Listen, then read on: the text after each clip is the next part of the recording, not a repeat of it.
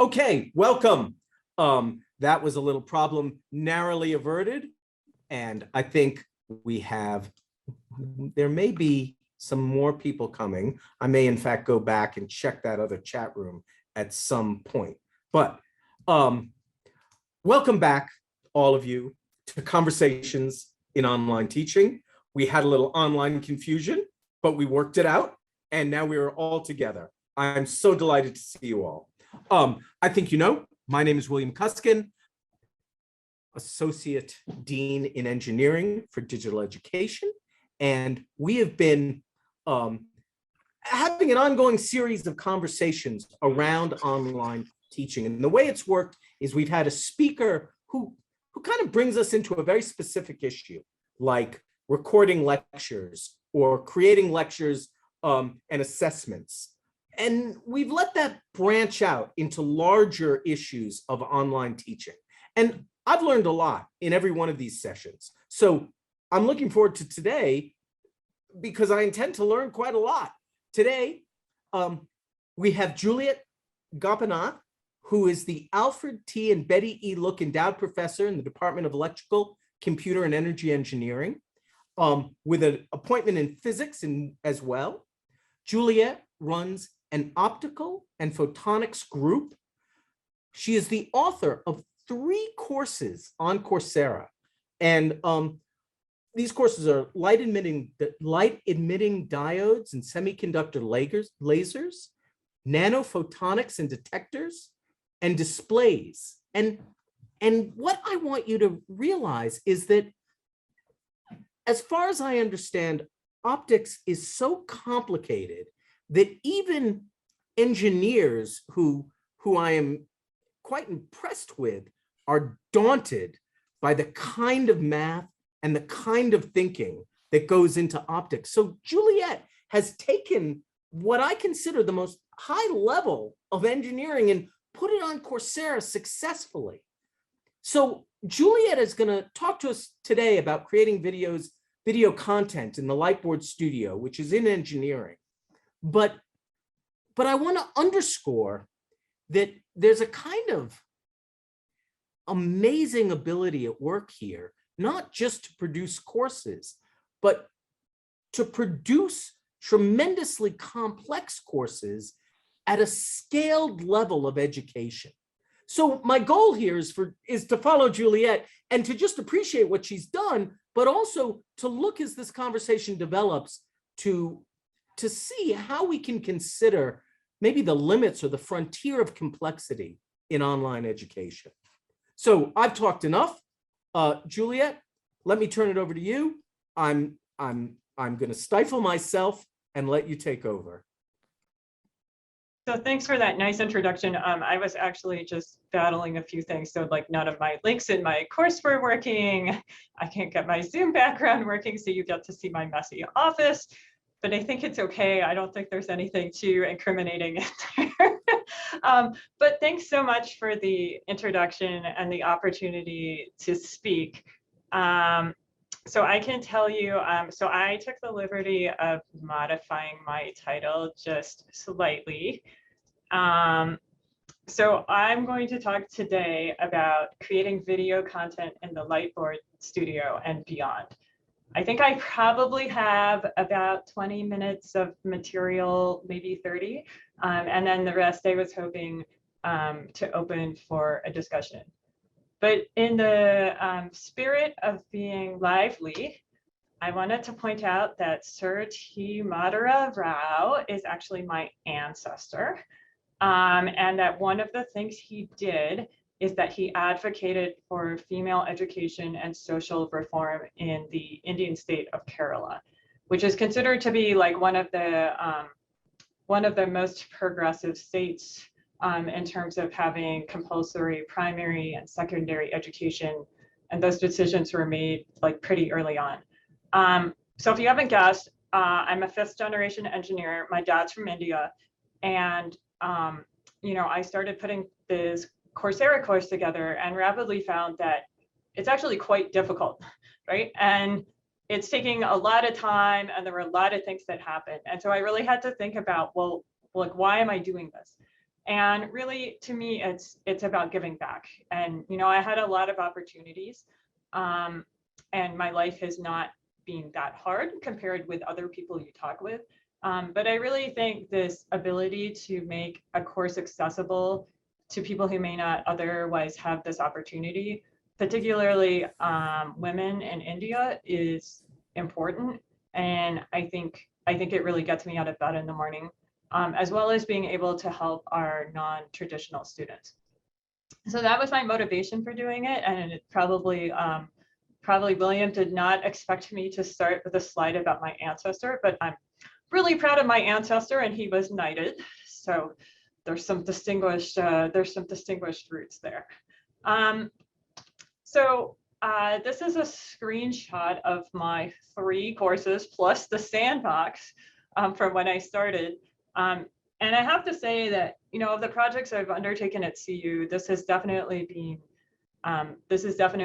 kind of a long time in the making, but I'm really proud that we have this.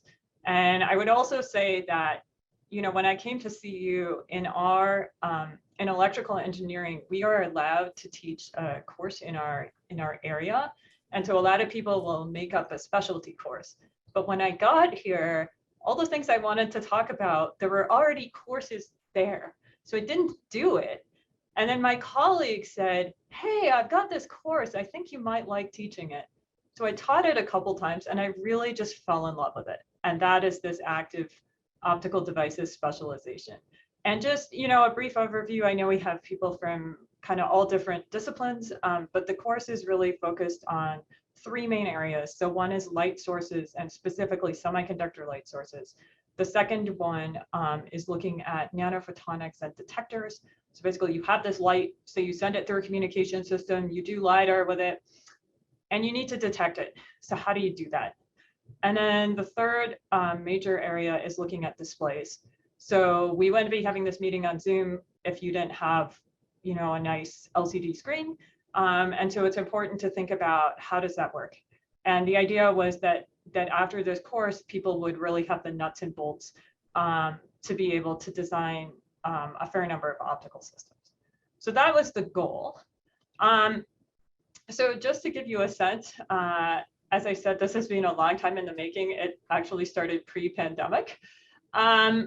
It was taught on campus in 2014, 2016, and 2020. So essentially, the Lightboard studio installation was basically happening while I was trying to teach this course. So that finished in summer 2017. And then I started the recording of the lectures really in fall 2017. And I made an assessments draft in the spring of 2018 while I was on sabbatical. And then we did beta testing and revisions in fall 2019 and spring 2020. And we launched the course in January 2020. So this Lightboard Studio was really used to create the course to be compatible with my Blackboard style. And whenever I lecture with just slides, the students hate it and they ask me to go back to the Blackboard. So that was the reason for wanting to use the Lightboard Studio. So I think I gave you a little bit of my motivation that, you know, I do better on the Blackboard. Another thing that was really limiting as I looked at turning this course into a Coursera course is that I did not have a complete slide deck for the course. And so, you know, a lot of people, when they put their courses on Coursera, use Camtasia, and they have, you know, their slides, they write on their slides, and they have, you know, just a little headshot. But it requires having this complete slide deck, which I didn't have. But instead what I had is I had, you know, a set of really nice lecture notes and some slides. So what I thought I would do is actually go through some of the tips and tricks that I learned in the Lightboard Studio, and then give you an example of kind of the 3 main modes. And then I'm going to tell you about what happened after the Lightboard Studio, because there have been some interesting developments. So first of all, the Lightboard Studio is pretty dark, and so if you want to stand out, you need to wear stuff that's light. I remember I used to record from 5:30 to 8:30 in the morning. one day it came in and I was wearing black. Unfortunately, I had an extra t-shirt in my office. They had to go change because that wasn't happening. With the studio, there were a number of things that you could do that would make life better. So you do need to, it's actually quite complicated, and you do actually need to follow the instructions. You need to make sure you do a test run of a video and that you check it for sound, check it for lighting. And you need to make sure that the markers for the Blackboard are functional. You should mark the borders of the board to be captured on camera, and you should reserve the room. If you don't do all these things, you could waste like 3 hours. And I don't think any of us have 3 hours to waste, which is why I'm going through these, rather trivial things. So then to get to more of the meat. So for the video content, I was told very clearly when I put my course together that I should aim for 3 to 5 minute videos. And I also discovered that when I record longer videos, it's more likely that I will have to re-record. And I remember, I think the average for me for a lecture for a while in that studio was I would have to record it 3 times. And that's not just like 3 times 15 minutes.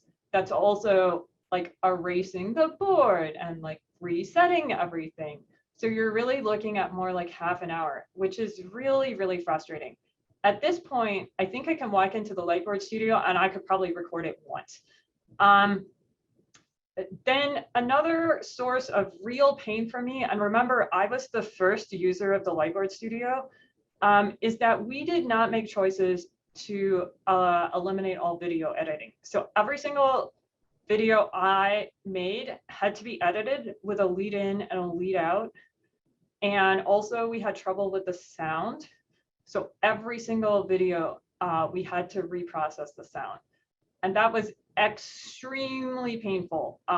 There were a lot of hours that were wasted on that. So I think it's really important to look at doing a choice of the lead in and the lead out, to do a sound check and to make sure that you have a high quality microphone.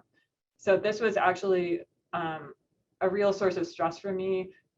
Basically, I wasn't given a high quality microphone until after I had recorded most of my lecture.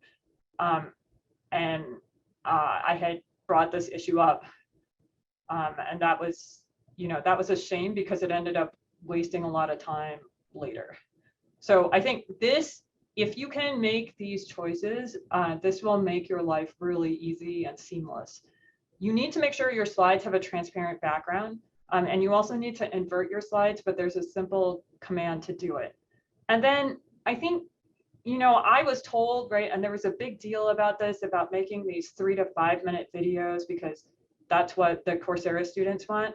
But I actually think this is actually really set by, if you're going to use the Lightboard and you're actually going to write on it, your 1 lecture video equals 1 Lightboard. And that is the way it's going to be, because it takes like 5 solid minutes and a bunch of serious elbow grease to erase the thing. So there's no way you are putting multiple boards together in 1 lecture. Another thing that you can do that was helpful that came online for me later was using a prompter so that you don't have to walk around with paper notes. And another problem, right, and I think all of us have been facing this with Zoom, is how to motivate yourself without an audience. I told you I was coming in at 5:30 in the morning. I am not a morning person, and this studio is dark.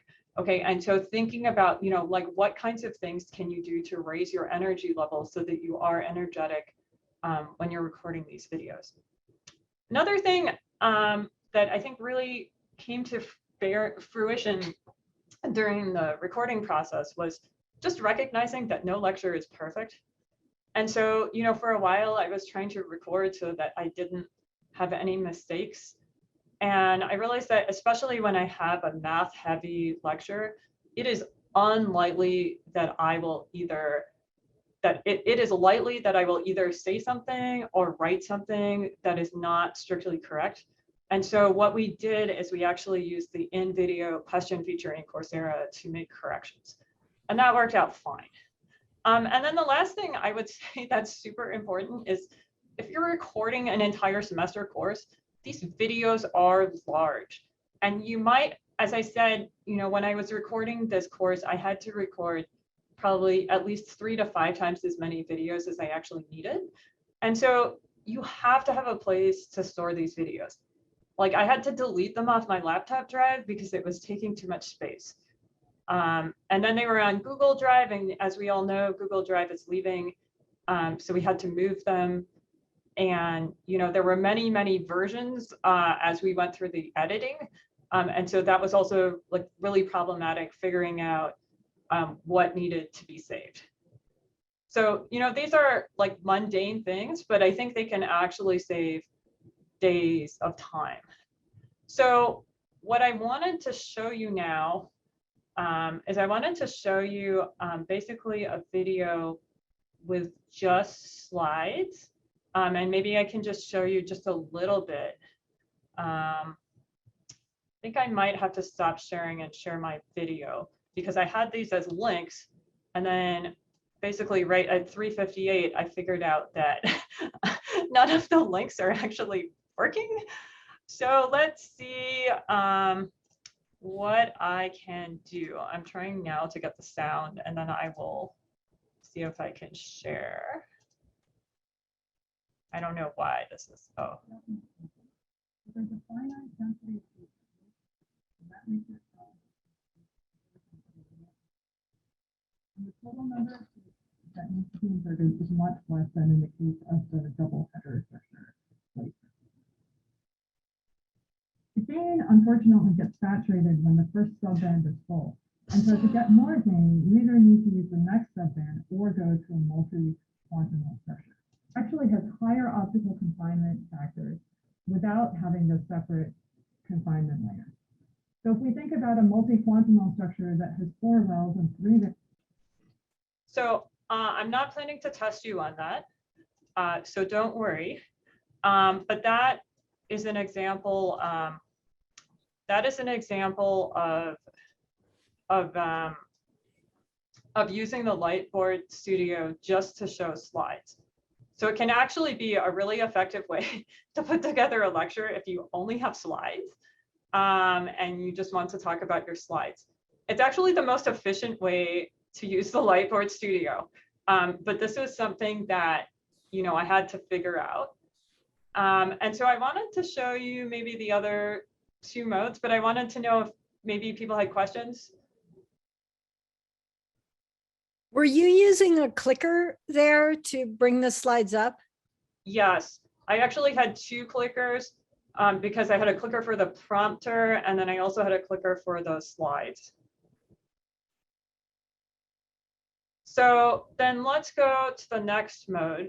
So the next mode was basically using the Blackboard and the slides. So this is basically mixed. Okay, like this is also a really nice mode to operate in, but you have to think very carefully about your Blackboard planning, right? And so basically like you could show a bunch of slides, and then once you start writing, you better hope that what you write is decent.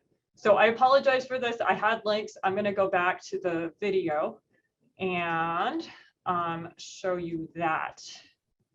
Give me just a second.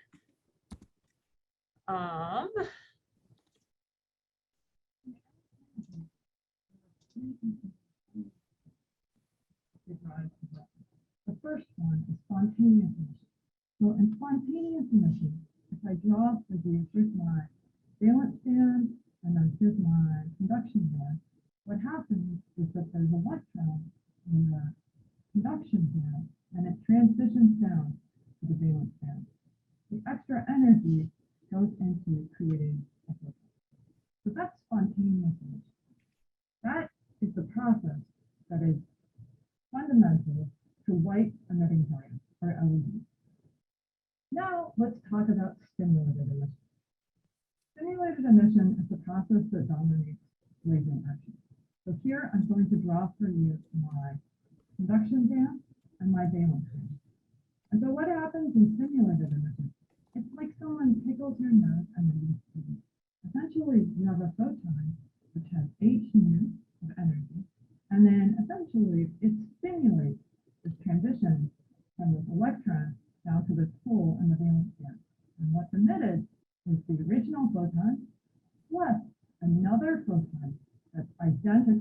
in terms of energy, direction, phase, and wavelength. The last process you need to be aware of is essentially like stimulated emission run in reverse. It's absorption. So in absorption, I draw for you my conduction band and my valence band. Essentially here what happens is I come in my photon, but instead of getting a second photon, what happens is it actually stimulates an electron to transition from the valence band to the conduction band until we lose our photon. So these processes are absolutely critical to understand and get a handle on because they are fundamentally what is behind all lasers. And in the case of spontaneous emission, that's really responsible for light emitting. So if we think about the processes that govern the radiative transition rates, there are a couple of specific things that determine what happens. Okay, so I just wanted you to be able to watch enough to see how I was actually able to interleave slides, even though I did write on the board. But this has to be planned. I think this is like a pretty cool feature of the Lightboard Studio. It's also, I guess, another favorite of mine in terms of being able to lecture. And then I'm going to show you basically the Blackboard mode. Okay, so this was surprisingly actually the hardest one to get going. And you will see, right? And you saw as I was lecturing in the other slides that, you have to be really careful about, okay, what is the color of the marker? What am I wearing? If I stand behind what I wrote on the board, will I still be able to see it? So there are a lot of details there. So I'm going to now share the waveguide design video, and we're going to take a look at that. And I guess I was like a little bit frazzled, so I didn't maybe respond to what William said earlier, but I don't think electrical engineering or photonics is that hard. It's just a question of what you dumped time into. So I dumped a bunch of time into it so I can do it. So let's see here if I can share this. I'd like to discuss semiconductor laser design. I'm going to start this again. I'd like to discuss semiconductor laser design from first principles. In order to do that, we need to understand how to design lasers. So let's start with a very simple example. Here I have an interface, a medium with index of refraction N2, and light is hitting this interface at an angle theta speed. And then on the other side, we have a medium index of refraction N1, and it refracts with theta 1. So how does theta 1 relate to theta 2? It comes from Snell's law, which is derived directly from Maxwell's equation. So N1 sine of theta 1 equals N2 sine of theta 2. So things can get interesting if theta 1 equals 90 degrees. So if theta 1 equals 90 degrees, essentially what we're saying is that the light has refracted medium. This is only going to happen when N2 is greater than N1.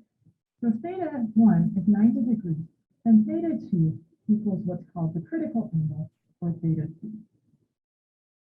For waveguiding, we can consider the case where theta 2 is greatly this quantity here. So this is how. So I'm just skipping ahead here. I wanted to show you how I use the board. N flat and the channel waveguide. So if I draw for you my sandwich actually looks like this.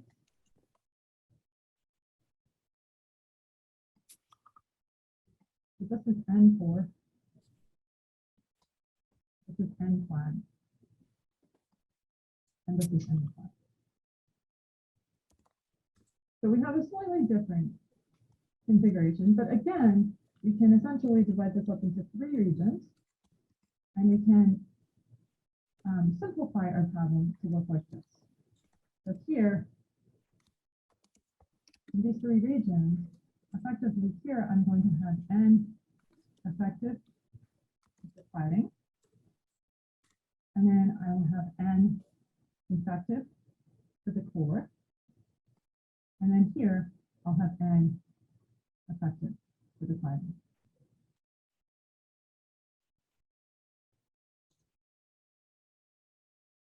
Okay, so that's essentially the three modes that you can operate in. The reason I say the Blackboard one is the most challenging is that if you mess up, it actually takes a really long time to erase the whiteboard and to be able to start over. And it was the one that was actually most prone to mistakes. So, and then I had one more video that I wanted to maybe just share with you, which is that when I got to the introductory slides for my course, I just hit a roadblock. And I talked with Chris Haynes, and I also talked with Shaw Kettles, and they basically told me, just stop. And they actually showed me some of Hans-Peter Schwab's videos. And I thought, I can never do this. I do not know how he made this look so beautiful, but I cannot do this. And so I actually stopped for a few months and I revisited it with new energy and a new approach. So I put together slides and a script. I got a new microphone. I was not video editing. And I think it made a huge difference. So I think I can show you just a little bit of this probably not enough to learn my course yet, but at least I can show you something about how I put this together. I'd like to tell you about active optical devices. So these are semiconductor materials that both emit and detect light. Obviously, an understanding of the fundamentals of semiconductor physics is critical in order to understand light emission and detection. Here you're looking at the typical band structure for a semiconductor, in particular silicon. Semiconductors sometimes behave like insulators and sometimes they behave like conductors. And we can actually modulate this behavior, which is what makes them such a powerful tool. So we'll talk about what gives rise to band structure, what makes material a good light emitter, and what makes material a good photodetector. The next topic is light emitting diodes. These are everywhere in our world.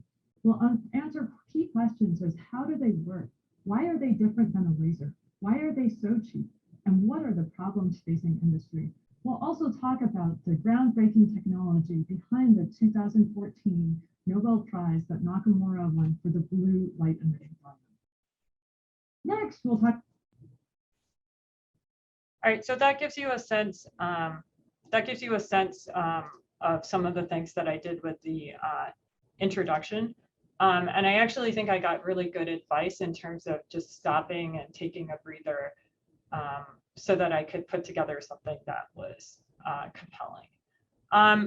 So I mentioned, so I think I have a few more things. So this is basically a summary of the challenges, because I think I did find this to be really hard.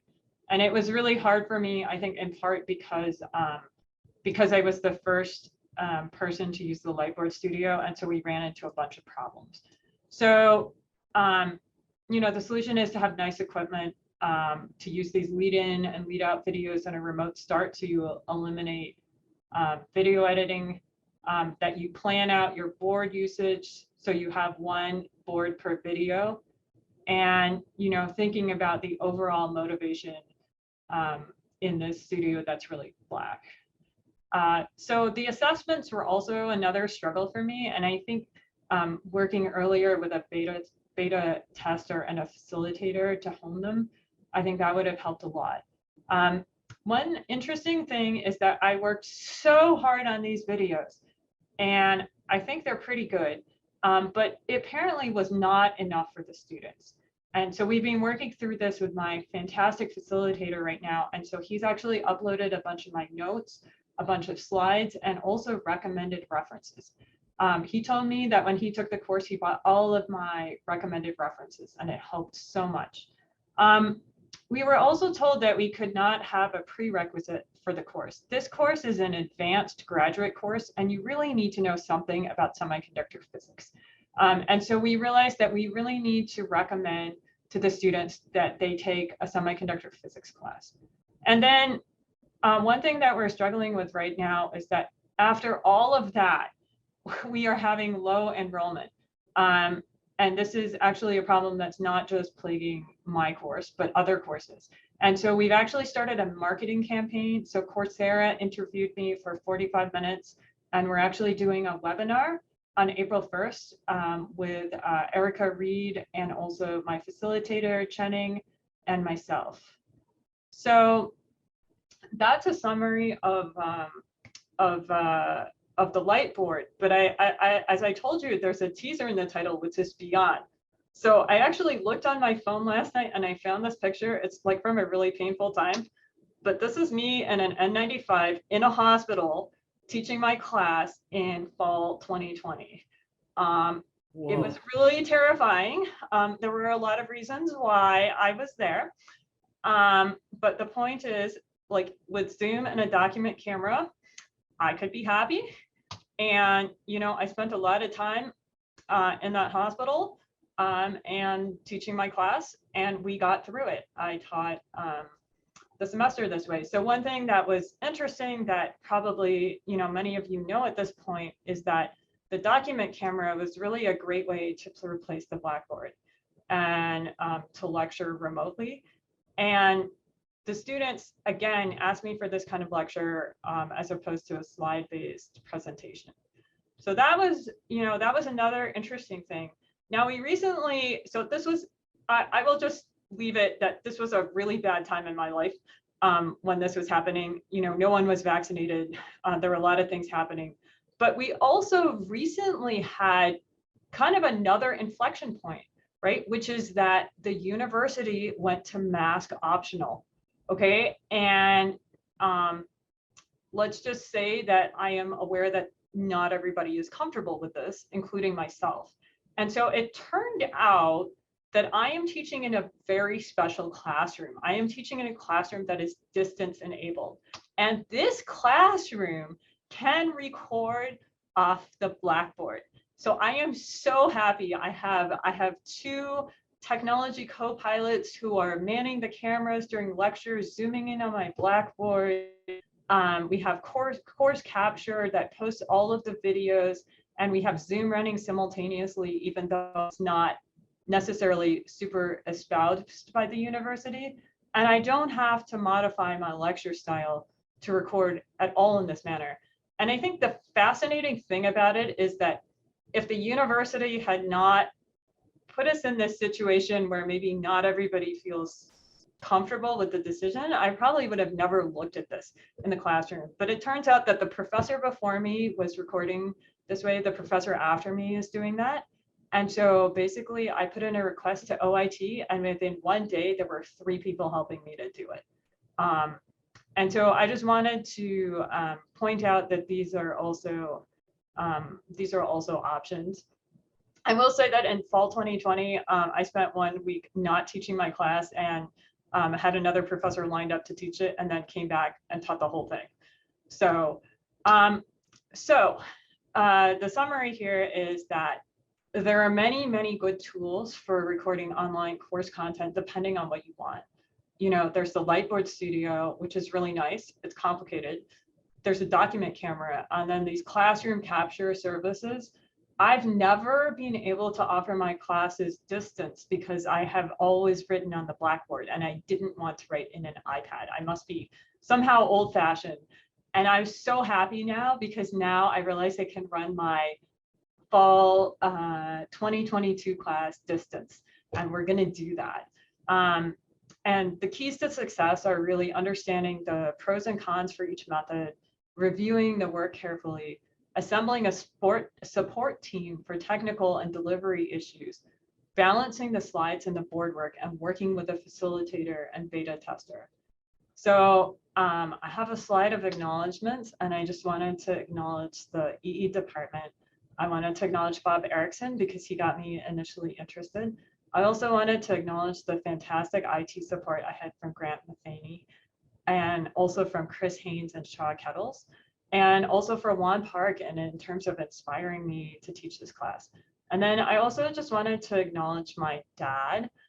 He was a professor at the University of Minnesota for many years, and actually I teach part of the class from his book on semiconductor lasers, and this is him at his retirement ceremony in September 2021. So thanks so much for coming, and I am happy to take any questions. Julia, that was wonderful. I thank you so much. The sheer testament to your willpower to produce this body of work, it just blows me away. I just have to say I'm humbled. I made a whole list of questions, but I'm gonna stifle myself and let the audience talk for a bit. But I just wanted to say your drive to complete this work, my hat is off to you. So I open up the floor to Elizabeth. Go ahead. Oh, I have a couple questions. So we have instructors that have used the Lightboard. Do you know Shriram has used it? And I can see some of the issues you brought up. I'm curious about, did you find a best practice for reviewing your videos? So we've had that issue where people have recorded with bad sound for too long. Do you look at it right away? What is your kind of best practice for catching sound issues? So the microphone I used for most of the recording would have these high-pitched squeaks that would just like randomly happen in the middle. And so basically I would record a video and then I would like watch like 3 seconds of it right away to make sure that nothing went wrong with the sound. But the thing is, like, I couldn't review the whole thing. And what we figured out later is that we would like end up with these squeaks like somewhere in the middle. Right. And like, I knew it was happening, but I think the department had put so much money into the Lightboard studio. They were so reluctant to buy another microphone. I asked them for like 5 weeks to tell them, like, you need to buy another microphone. So I would say absolutely record a test video, like first thing, review the whole thing, and then also like look at the beginning of everything that you record to make sure that nothing weird went wrong, like microphone running out of battery. Right. So you haven't been reviewing every video all the way through. You found, like, if you have a good enough microphone, you can do like a little bit of a reality check. Yeah. So once they bought the better microphone, and I think it was much better, there was just such a difference. But I would still check, because the problem is that there are so many people that use that studio, and there are like just screwy things that happen. And so you need to make sure, right? You need to make sure, you know, the way to do it with the no video editing was to have a non-transparent slide at the beginning. But then you would need to check and make sure the thing that the iPad that would start the stuff was, you know, actually functioning. You know, there were a lot of little tricks. And why is the non-transparent slide at the beginning important? Because then you can walk on and you can get yourself set, and then you can hit the clicker and you can start. Oh, I see. Otherwise, what happens, and this is what happened for 99% of my class, is you don't do that. You walk on, then someone's got to cut that part out. They got to put the title. Oh, I see. Okay. Yeah, it was real. The video editing was really terrible. I see. And then just one more question. I promise I'll let someone else ask. When you're doing the annotations on the slides, which looked amazing, thank you. It was so good. And I loved all your different examples. That was really helpful. What are you looking at? Are you like a weather reporter, or are you looking straight ahead? How do you see where to put where to write? So the Lightboard Studio has this, it's basically like 2 sheets of glass that make up the thing. So the big issue is that the camera's in the middle, but then the prompter's off to the side, and then there's like another screen that is displaying, you know, kind of what everyone would see. So I think the tendency is to, and you could see this, right? I was fighting it, but either to look at the prompter or to look at the other screen as opposed to looking at the camera. But you just have to, you know, the other reason why you have to look at the video right away is to make sure that you didn't screw up where were the confines of the board. I would still like the studio to be a little bit lighter, but you know, it is where it is. You know, maybe there have been some some changes that have been made. Thank you so much. And yes, great, really, really helpful. Thank you.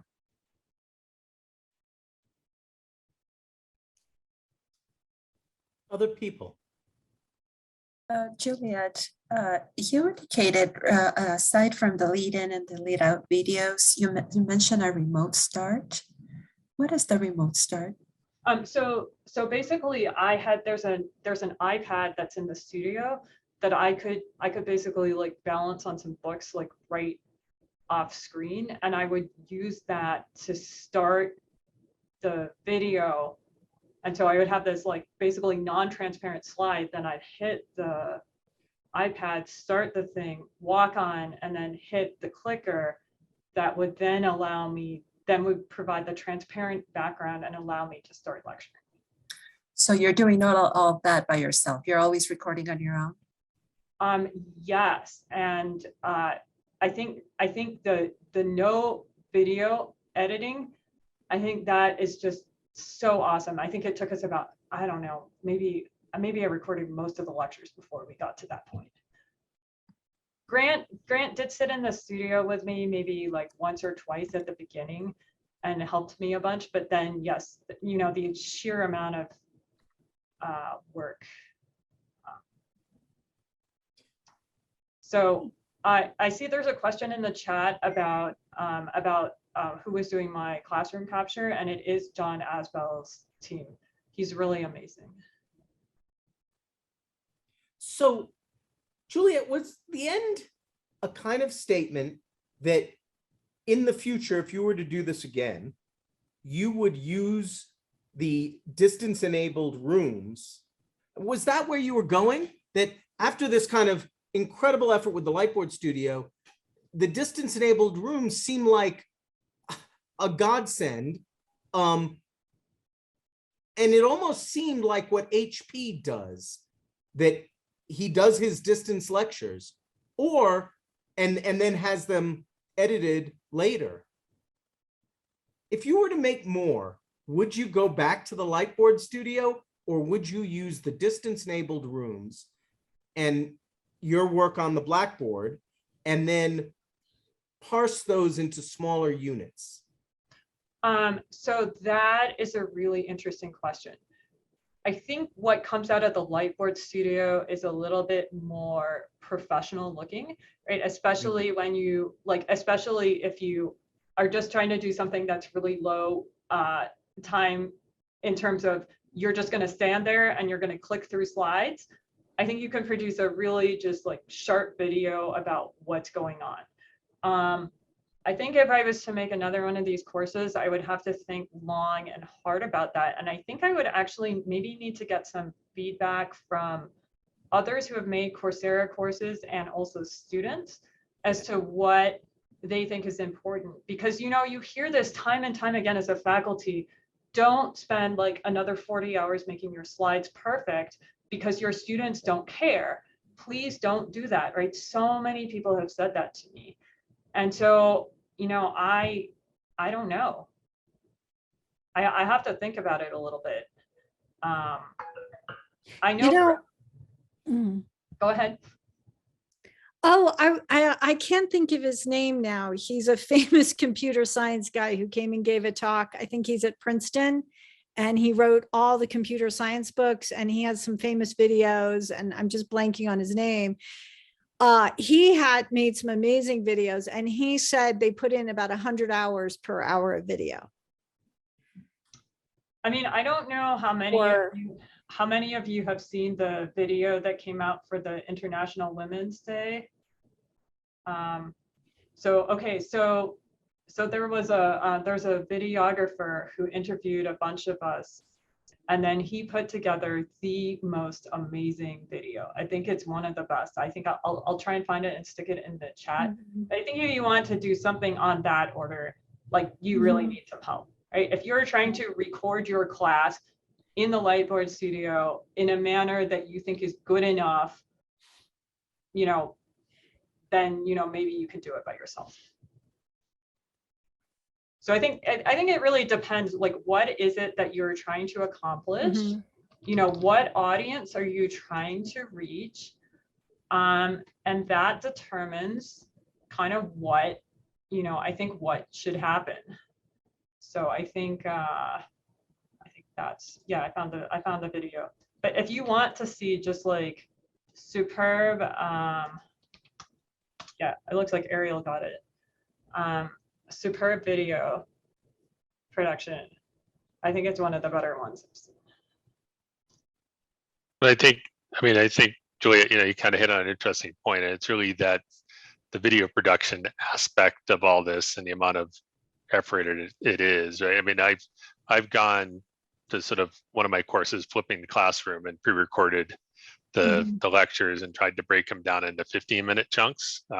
And I was doing that on a tablet. So, you know, I've got PowerPoint slides that I annotate on a tablet, you know, similar type of, you know, approach, I think, but could do it all in Zoom on my home computer, but I would run into the same thing, right? I mean, it would take me 3 takes or 4 takes, or I'd start and forget to turn on the audio, or I'd, you know, be going and the dog would bark, and, you know, you got to decide, are you going to re-edit it or not? And, you know, and then you get it, and it's just the editing process, right? I mean, you don't think it's that big a deal, but it does get time consuming. And I was doing hacky editing, right? I mean, to get something at any production level is a significant investment of time and effort. And maybe there's a distinction between something that's unprofessional, like a dog barking, that students might forgive, and an actual error that you discover. Because one of the things we talk about in our online program is that everything's amplified, every little mistake. So you don't have that 5 minutes at the end of class to fix things, you know, that you clarify. So we'll have a trivial mistake in a video made with a Lightboard lecture that, even when we've put a patch on the video, haunts you 3 years later. Yeah. Yeah, I think there's a couple things in this. One is, you know, there are just devastating mistakes one makes that you can't repair yourself from, and you have to reshoot. There's also the dog barking, which, you know, I've reshot many a video because of dog barking. And I also know some of my friends, some of my colleagues don't reshoot, and the students love it because there's a dog, right? Like, so part of that leads me to, you know, at a certain level, you arrive at your own standard that you're going to accept.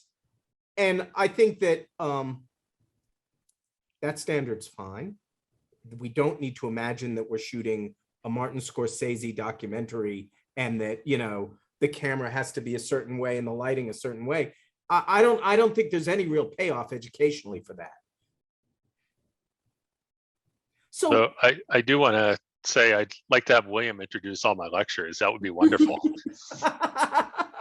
I'll tell you, I wish I could say that William doesn't do second takes. I mean, I do 50 takes because I botch it all up and and then the dog's barking. So, I mean, I'm just tremendously sympathetic.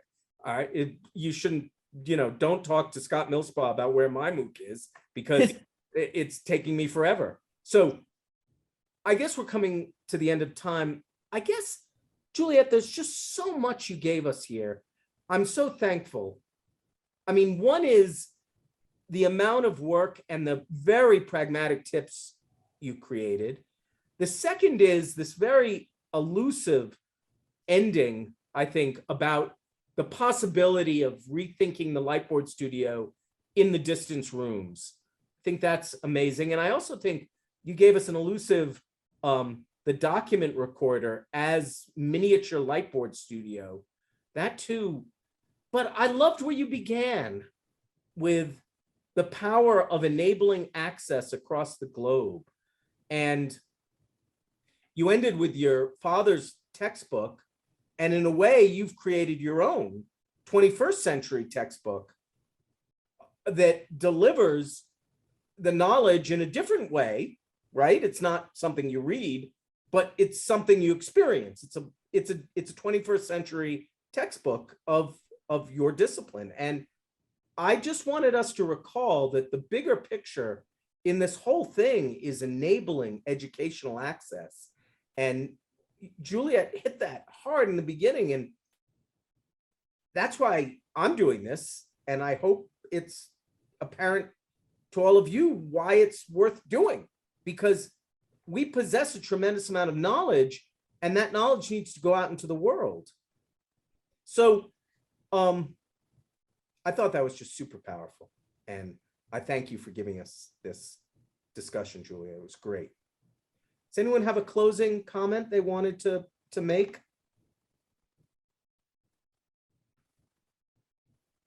All right, then.